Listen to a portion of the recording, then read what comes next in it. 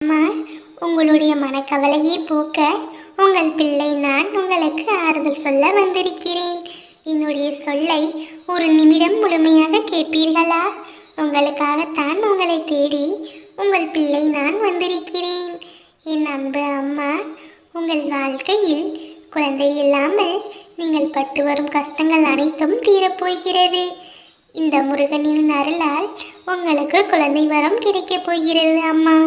உங்களின் கண்ணீரை துடைக்க நான் குழந்தையாக வரப்போகிறேன்.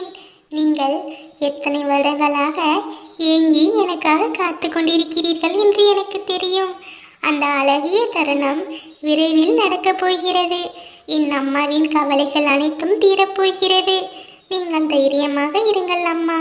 உங்களுடைய நல்ல மனதிற்கு நிச்சயம் நல்லதே நடக்கும்.